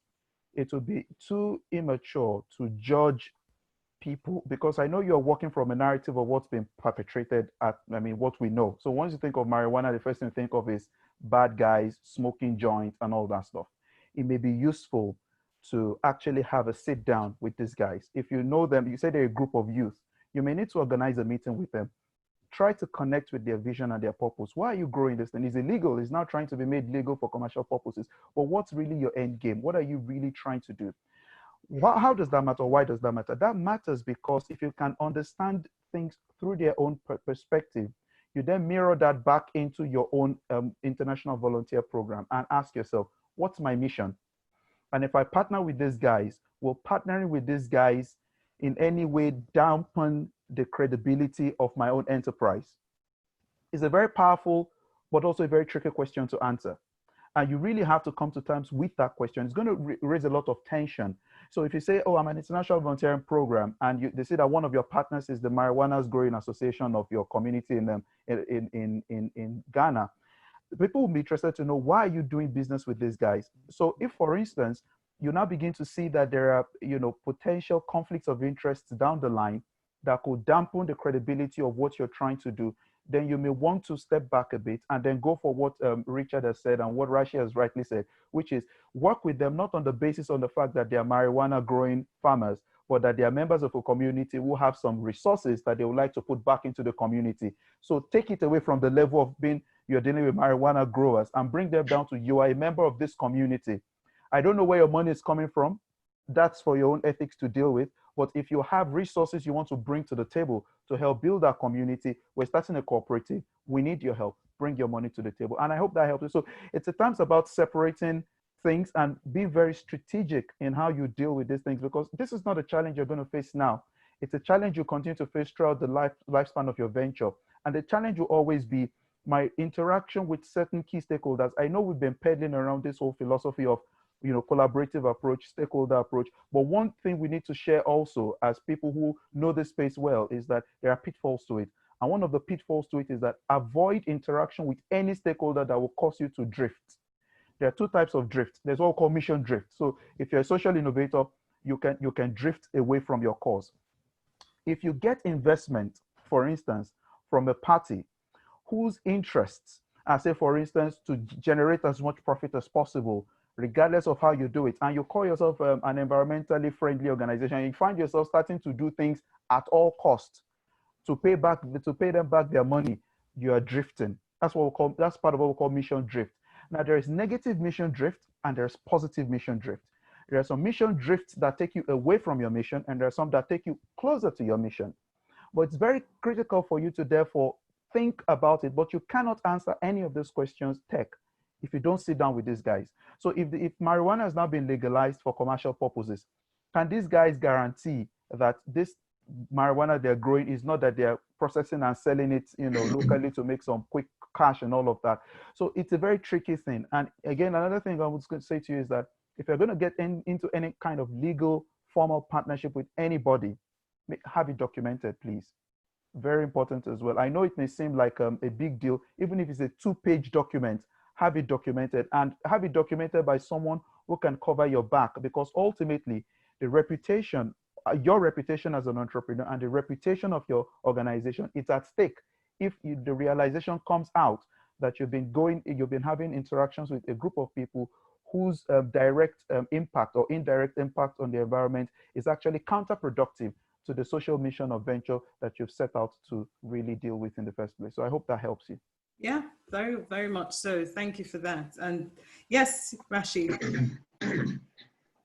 I look, going to the marijuana point, India is actually at a very sweet spot. So we have how marijuana, the minute it's in a non-leaf form and in a powder form, it's illegal. But then there are different ways that are legal, and they come into our cultural aspects of it. So when we celebrate Holi, which is a festival of colors, we make a drink called bhang, where we actually use crushed marijuana plant and drink it. There are people who are making hemp products and are doing really well, and they have billion-dollar propositions, or billions. I don't know, but I'm just saying that there's such a fine line that there is a way around the loophole, which India has sort of figured out, and of course it's also a matter of trust and society. So we have a lot of entrepreneurs who are now looking at fighting for it legally, to make marijuana for medical purposes, and using scientific principles. And of course, historically, India has history dating back to even before Christ.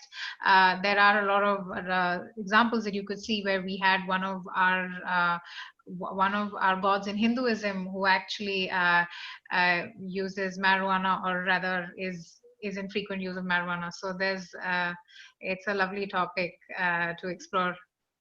That is very helpful. So there's a cultural aspect of it. And I like the way when we talked earlier, I think it was Nakwasi that said policy can be a double-edged sword. So in the value creation of marijuana, you can actually find the point where it is legal for you to use. So that is that has been very helpful. Now, this has led us to the very first question we had from Olusegun Lalade, and I paused it because this question is, I think, at the heart of, you know, social innovators, people that are starting out. Now, he has been engaged in a social innovative initiative where he's been tutoring or giving free tuition to children that have been disadvantaged and made vulnerable as a result of the insurgency. First question, how can he get people to network with us? So if you're participating and you're interested in networking with him, you could also comment in the chat, but for the panelists, that's the first point. How can you get people to network with him on this particular sector?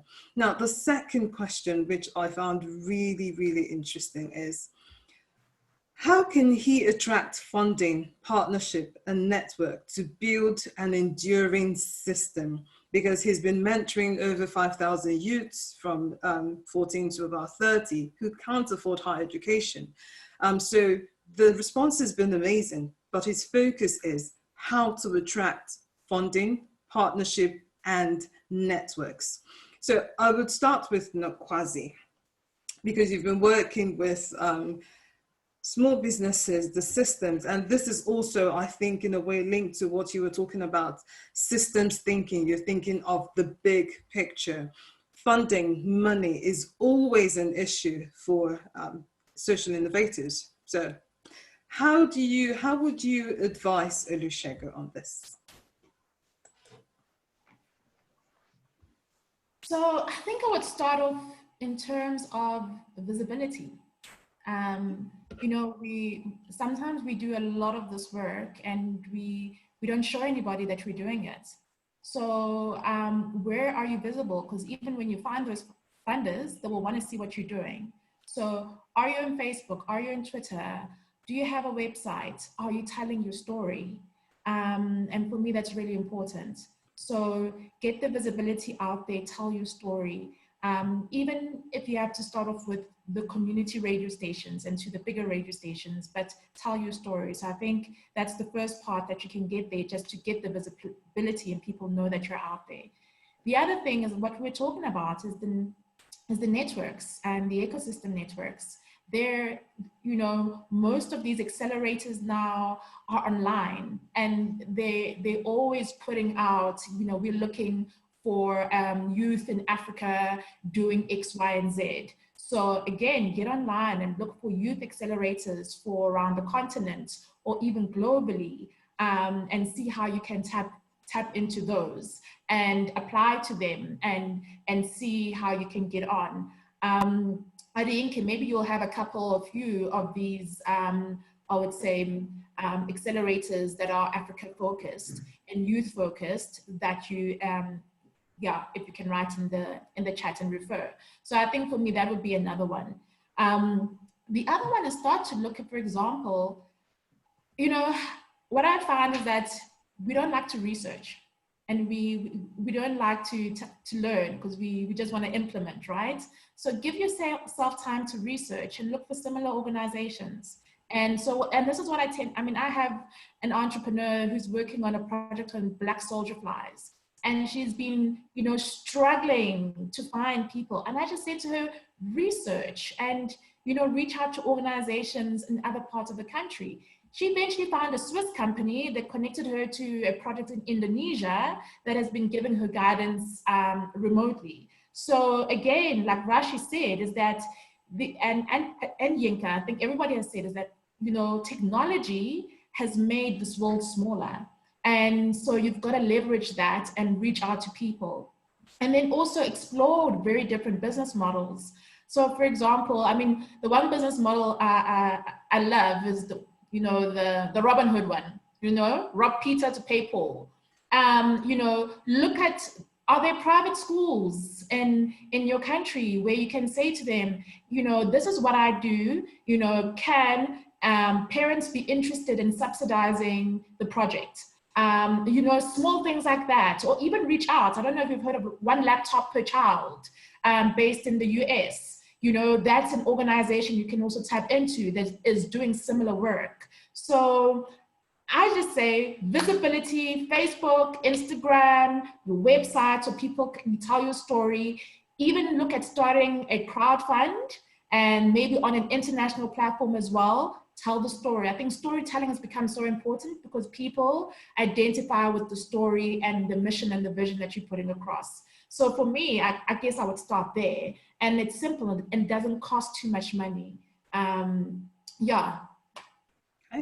Research, very important. It's always good to look. And if you're following the chat, there's been a number of links that will be helpful for social innovators going forward. Yinka? Thanks for that, Genevieve, and thanks, Olusegun, for that question as well. Very important question. Immediately I saw your question, a lot of thoughts began to run in my mind. Thankfully, Nokwazi has taken on some of them. I mean, one question that ran into my head was, are you a charity or are you something else? You know, are you an NGO? Do you want to set up as a social enterprise? Even though I know in Nigeria, I think we can set up as an NGO, but you know, you then need to kind of fine tune your identity within, in terms of understanding, are there any ways of, you know, kind of monetizing things? So you need to think of two types of people: your customers and your beneficiaries.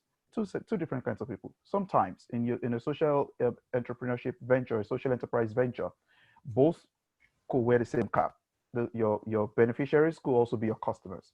But many a times, because we deal with beneficiaries who can't afford the service, we often have to look for customers, paying customers who can pay us some money in order for us to use the money they pay us to benefit people.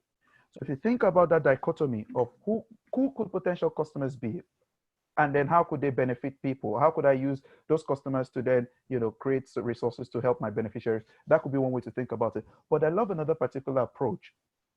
And I think this approach is borrowing from Richard's concept of innovative volunteerism, which I think is a model you can build this thing around. Is the least expensive approach to it. Now, except I'll speak to Bill Gates after this call, I can send Rashi, Richard, and Nokwazi and Genevieve checks of $10,000 each for coming to join this conversation. The truth is, they're not getting a dime from me. But through the power of networking, they have given 2 hours of their precious time to come share, because when we have a common vision, a common cause, we all just collaborate and make it happen. And if you use the concept of innovative volunteerism in shaping your model, if you look at, I think, I can't remember the name of the organization. If I remember, I'll send it to you. It's similar to Teach First here in the UK, where you have a lot of graduates across you know, different parts of the country going into secondary schools on a basic you know, 1 year, 2 year volunteering programs to teach subjects that they're passionate about. If you adopted the same approach where you created a major volunteering scheme for your enterprise, of course, all of this will be built or predicated on your capacity to put the right structures in place. So like Nokwazi said, a nice website, you know, carefully curating your impact, measuring your impact. You've already, from the way you've written to us, it's very evident that you've been measuring impact. Carefully curate those impact, turn it into stories. Like Lokwazi said, sell your story and create a volunteering system. You don't necessarily need 10,000 people to join volunteering schemes yet. All you do is reach out, personal network. You know, I'm sure, Shegun, if you look within your network, you will have some university graduates here and there. You have some people around you in your network that you can speak to, someone who is an accountant in some organization, to say, look, come and tell us the rudiments of how to look at a profit and loss account and bring it into a 2-hour session with my young people. That's how to snowball. You network from there. You start to build a solid system. So if you build a volunteering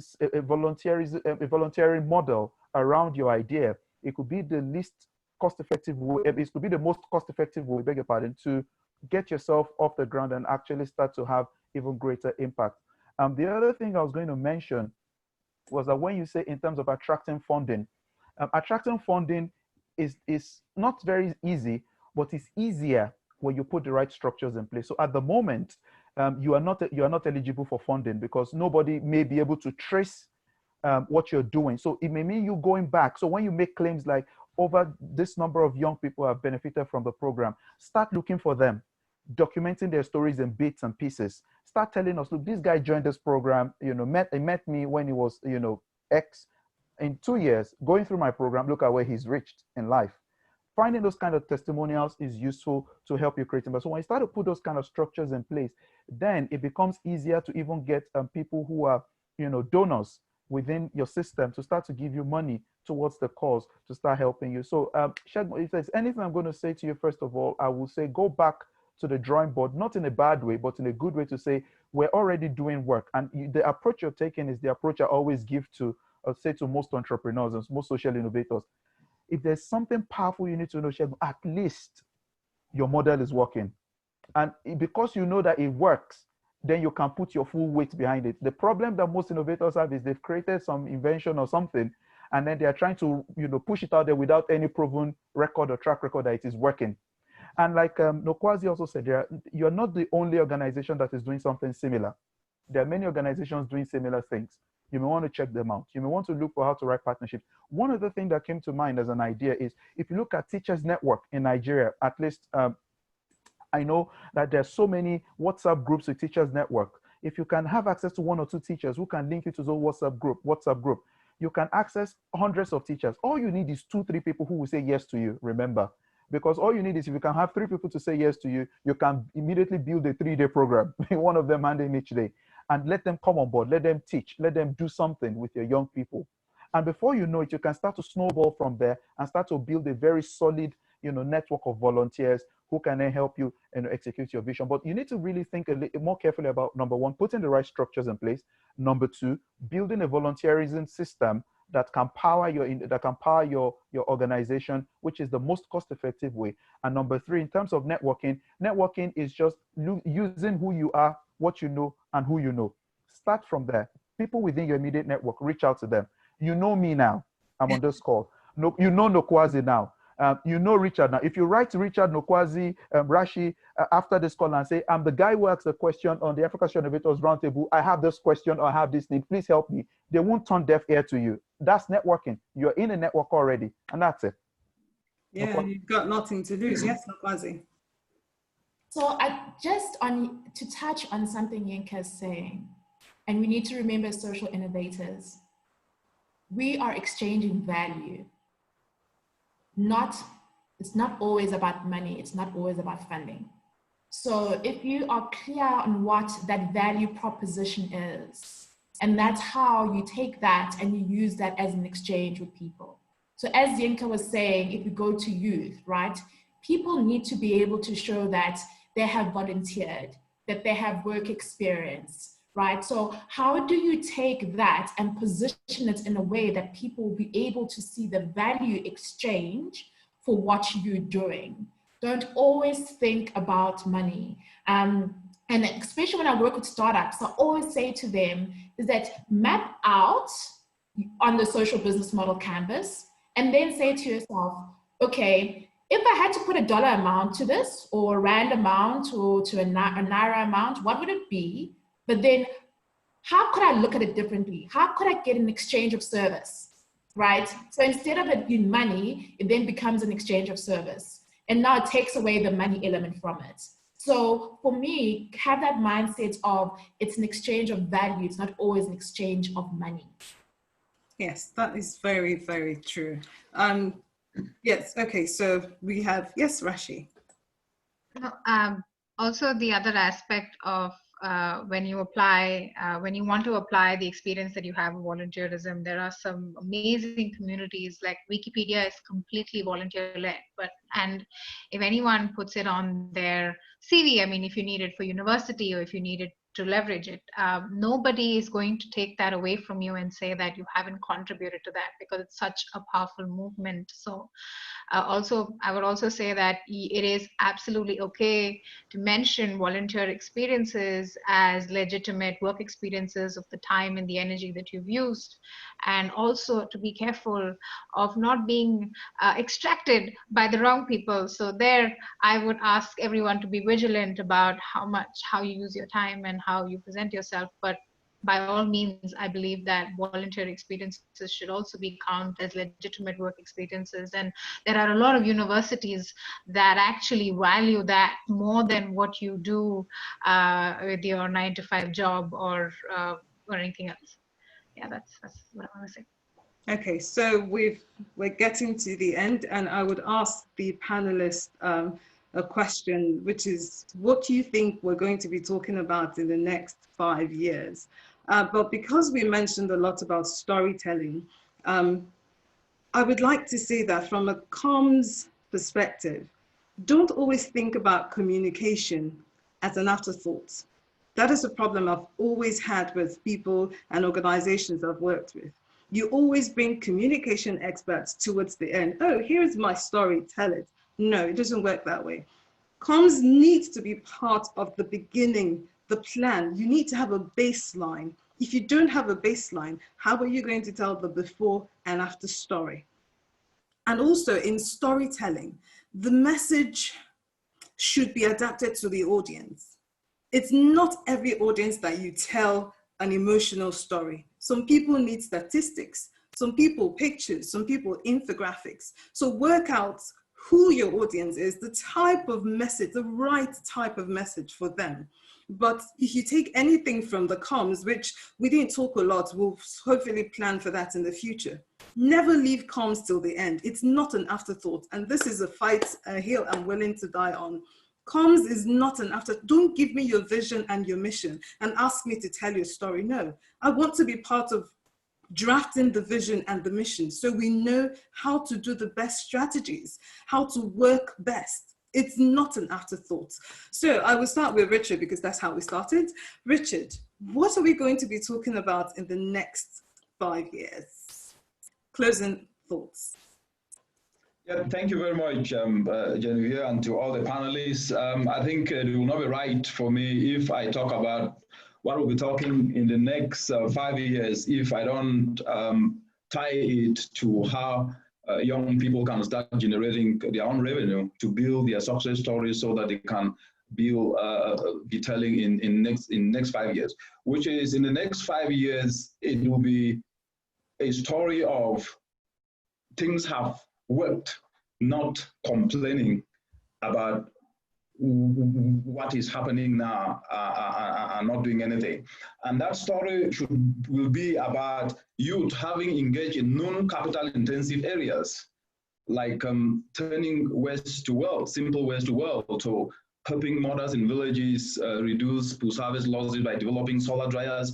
And the story will be about failures, as Yinka said, people who have failed forward and learned, but have actually risen up with solutions that have changed life. It will be about young people working together, not working alone, because Africa doesn't lack ideas, Africa doesn't lack innovation. It will be about people living a life that is purposeful, doing things for community, not just because they have money, but because they had a passion and knew that by doing it, they can be able to be of value to community. And more importantly, it will be about you talking, telling their own story through the lives they're living. Because, and that's my ending point, because everybody's life is his or her story. And because everybody's life is his or her story, each and every one of us must write that story very well. And we must write the story very well through what we do, not complaining, because complaining is not a strategy. But we should also be flexible enough to edit that story all the time. Okay. And that should be the kind of stories that will be told in 5 years' time. Story of kids not going to bed hungry, stories of social enterprises that have been created as a result of people working together, stories of not always thinking that if funding doesn't come, I cannot do anything, but stories of youth who have come together, created communal cooperatives, and actually started non-capital intensive enterprises where even with $50, they can retool their skills, and from that start actually developing solutions from what they have. That's the kind of 5 years I see. Thank you very much. Okay, Nokwazi, what do you see in 5 years? So I'm going to be a bit dramatic. And I see, go on. I see a headline that says, how Africa took back its power and changed things around. I'm going to see a Wakanda, right? Like for me, you know, so that's the positive side. I mean, that's what I'd love to see. But really, if I had to bring it to realism, I'm seeing less unemployment. I'm seeing more SMEs that are out there. I'm seeing more vibrant local economies. I think we need to stop thinking we need to be the next Facebook or Google. It's about how do I create the local bakery that can feed my community? How do I create that micro farm, you know, or a number of small farmers that will supply, I guess, our town? You know, that's the vision that I see. All these local communities and economies that are run by the people. And that will all started today on the 22nd of August, right? When people went back home and said, this is the problem I've identified and I'm gonna fix it. So for me, that's what I see in 5 years' time. Thank you. Thank you. Rashi, what do you see in 5 years' time? I'm going to be realistic. I honestly feel that the COVID pandemic is going to sort of exacerbate to 2 to 3 years of massive unemployment and recession. It's going to be a very challenging time, but challenging times also come with opportunities for you to be resilient. And this is going to be a very testing time for us as a human race to actually reevaluate ourselves and reimagine ourselves and reset our value systems into what really matters to us. With that being said, I do see a lot of opportunities for SMEs to come up with the policies that are there in India. I do see more flexibility and adaptability because now we can do everything remotely. Everyone said that it's not possible to connect with people on an emotional level virtually, but I think that's true, and it's all going to be an eternal battle. But I believe that this shared purpose and shared values, we will all come together and come out of this a lot stronger and build a more refined economy. Thank you. Yinka. Thanks, Genevieve. For me, what I see will be an awakening in the embracing of the reality that we find ourselves in. I think by the next 5 years, the government will have seen, particularly if you look at the rate at which the fintech sector has grown or emerged in Africa, the government will suddenly realize that a new wave of leaders have emerged. And they're not the leaders on the armchair. They're young people at the forefront, taking action and doing things, making things happen regardless and in spite of their own shortcomings. And so they will be forced to collaborate. And what that will do is it will trigger two things. It will suddenly trigger the need to start to create innovation policies, and it will also trigger the need to start to create more functional tech policies that can then support these young people, because the governments will just realize that with or without us, they're already doing it. So we might as well just join them so that we can start to take the credit. And in an African setting where governments are always interested in achievements for the next election, being the person to enact the law that made something happen becomes a trophy that will force them to start to think carefully around this. And on another note, is that I see a system whereby we would have been able to hack the best way to create either artificial innovation ecosystems that function for different sectors or that function for us as organizations, and using technology to power that. And I'm saying this because already we are in a space where I'm already a part of a project that is sampling and trialing out an app that is trying to scale trust amongst different stakeholders through a beautiful way of working on an app system. You drop a problem in there through the power of multiple stakeholders who are then going to be assigned to that project, co-create ideas together and have a networking roundtable at the end of it to discuss things. So I think that all of that, hack into how to work together collaboratively and all those other things I've said will be what we'll be seeing in the next 5 years. All right, thank you, Yinka. Thank you, Richard. Thank you, Rashi. Thank you, Nokwazi. Can I ask that we extend this conversation, not just here, but also in our communities? Follow the panelists online. You could put your Twitter handle, follow them on LinkedIn. Thank you very much for your time. Also follow Thrace Advisory on Instagram and on Twitter and on Facebook. Look forward to the next Roundtable conference where we'll discuss the future of Africa. We'll discuss another theme, but it has been a pleasure moderating this session My name is Genevieve Bosa, and I wish you a good afternoon. Thank you very much. Thank you, everyone. Bye-bye. Thank you, everyone. Thank you. Good.